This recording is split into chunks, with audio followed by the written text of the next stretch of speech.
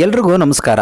ಮನಸಾರೆ ಕನ್ನಡ ಯೂಟ್ಯೂಬ್ ಚಾನಲ್ಗೆ ಸ್ವಾಗತ. ಯಾರು ನಮ್ಮ ಚಾನಲ್ನ ಫಸ್ಟ್ ಟೈಮ್ ನೋಡ್ತಾ ಇದ್ದೀರೋ ಈಗಲೇ ಸಬ್ಸ್ಕ್ರೈಬ್ ಮಾಡಿ, ಹಾಗೆ ಪಕ್ಕದಲ್ಲಿರೋ ಬೆಲ್ ಬಟನ್ ಒತ್ತಿ. ಕಾಗೆ ಇರೋದು ಕಪ್ಪು ಬಣ್ಣ ಅಲ್ವಾ? ನಿಮಗೆಲ್ಲ ಗೊತ್ತು. ಎಲ್ಲರೂ ಕೂಡ ಕಾಗೆ ಇರೋದು ಕಪ್ಪು ಬಣ್ಣ ಅಂತಲೇ ಹೇಳೋದು. ಆದರೆ ಇವತ್ತು ನಾನು ಹೇಳ್ತಾ ಇದ್ದೀನಿ, ಕಾಗೆ ಕಪ್ಪು ಬಣ್ಣ ಇಲ್ಲ ಅಂತ. ನೀವು ನಂಬ್ತೀರಾ? ನಂಬಲೇಬೇಕು. ಅದು ಹೇಗೆ ಅಂತ ನಾನಿವತ್ತು ನಿಮಗೆ ಹೇಳ್ತೀನಿ. ಆ್ಯಕ್ಚುಲಿ ಹೇಳಬೇಕು ಅಂತ ಅಂದರೆ, ಕಾಗೆ ಇರೋದು ಕಪ್ಪು ಬಣ್ಣ ಅಲ್ಲ, ಆದರೆ ನಮ್ಮ ಕಣ್ಣಿಗೆ ಕಾಣಿಸೋದು ಮಾತ್ರ ಕಪ್ಪು ಬಣ್ಣ.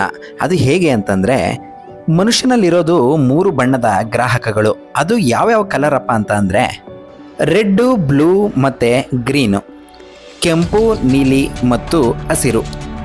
ನಾವು ನೋಡುವ ಎಲ್ಲ ಕಲರ್ಗಳು ಕೂಡ ಈ 3 ಬಣ್ಣಗಳ ಮಿಶ್ರಿತವೇ ಆಗಿರುತ್ತದೆ. ಆದರೆ ಕೆಲವೊಂದು ಪಕ್ಷಿಗಳಿಗೆ 4 ಬಣ್ಣಗಳ ಗ್ರಾಹಕಗಳು ಇರುತ್ತೆ. ಅದು ಎಕ್ಸ್ಟ್ರಾ ಯಾವುದಪ್ಪ ಅಂತಂದರೆ ಅಲ್ಟ್ರಾವೈಲೆಟ್. ಈ ಸೂರ್ಯನ ನೇರಳಾತೀತ ಕಿರಣ ಏನಿರುತ್ತೆ, ಈ ಅಲ್ಟ್ರಾವೈಲೆಟ್ ಕಲರು ಪಕ್ಷಿಗಳಿಗೆ ಎಕ್ಸ್ಟ್ರಾ ಇರುತ್ತೆ. ಹಾಗಾಗಿ ಪಕ್ಷಿಗಳಿಗೆ ಕಾಗೆಯ ಬಣ್ಣ ಬೇರೆಯ ರೀತಿಯಲ್ಲೇ ಕಾಣಿಸುತ್ತಿರುತ್ತದೆ. ಕಾಗೆ ಕಪ್ಪಗೆ ಇರೋದ್ರಿಂದ ಅದರ ರೆಕ್ಕೆಗಳಲ್ಲಿ ಮೆಲಾನಿನ್ ಅಂಶ ಜಾಸ್ತಿ ಇರುತ್ತೆ. ಆದರೆ ಕಾಗೆಯ ನಿಜವಾದ ಬಣ್ಣ ಕಾಣಿಸುವುದು ಪಕ್ಷಿಗಳಿಗೆ ಮಾತ್ರ. ಯಾಕಂದರೆ ಮನುಷ್ಯನಲ್ಲಿ 3 ಗ್ರಾಹಕಗಳನ್ನು ಒಳಗೊಂಡಿದ್ದರೆ ಪಕ್ಷಿಗಳು 4 ಗ್ರಾಹಕಗಳನ್ನು ಒಳಗೊಂಡಿರುತ್ತವೆ. ನೀವು ಗಮನಿಸಬೇಕಾದ ವಿಷಯ ಅಂತ ಅಂದರೆ, ಕಾಗೆಯ ಮೇಲೆ ಸೂರ್ಯನ ಕಿರಣ ಬಿದ್ದಂತಹ ಸಂದರ್ಭದಲ್ಲಿ ನಿಮಗೆ ಕಾಗೆಯ ಬಣ್ಣ ಪರ್ಪಲ್ ಕಲರ್ ಕಾಣುತ್ತೆ. ಹಾಗಾಗಿ ಈ ಪ್ರಕೃತಿಯ ಬಣ್ಣ, ಕಾಗೆಯ ಮೇಲಿನ ಬಣ್ಣವನ್ನು ಗುರುತಿಸುವಂತಹ ಶಕ್ತಿ ಪಕ್ಷಿಗಳಿಗೆ ಮಾತ್ರ ಇರುತ್ತದೆ.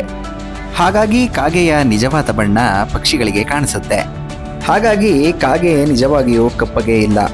ಪಕ್ಷಿಗಳ ಕಣ್ಣಿಗೆ ಕಾಗೆ ಬೇರೆ ರೀತಿಯ ಬಣ್ಣದಲ್ಲೇ ಗೋಚರಿಸುತ್ತೆ. ಇನ್ನು ಸೂರ್ಯನ ಕಿರಣ ಕಾಗೆಯ ಮೇಲೆ ಬಿದ್ದಾಗ ಕಾಗೆ ಕೂಡ ಪರ್ಪಲ್ ಕಲರ್ ಕಾಣಿಸೋದನ್ನು ನಾವು ನೋಡಿದ್ದೇವೆ. ನೋಡಿದ್ರಲ್ಲ, ಕಾಗೆ ಕಪ್ಪಗಿಲ್ಲ. ಆದರೆ ನೇಚರ್ ಮ್ಯಾಜಿಕ್ಕಿಂದಾಗಿ ಕಾಗೆ ಕಪ್ಪು ಬಣ್ಣಕ್ಕೆ ನಮ್ಮ ಕಣ್ಣಿಗೆ ಕಾಣಿಸುತ್ತೆ. ಆದರೆ ಪ್ರಾಣಿಗಳ ಕಣ್ಣಿಗೆ ಕಾಗೆ ಬೇರೆಯ ಬಣ್ಣದಲ್ಲೇ ಕಾಣಿಸುತ್ತೆ. ಹಾಗಾಗಿ ಕಾಗೆಯ ಬಣ್ಣ ಕಪ್ಪಲ್ಲ.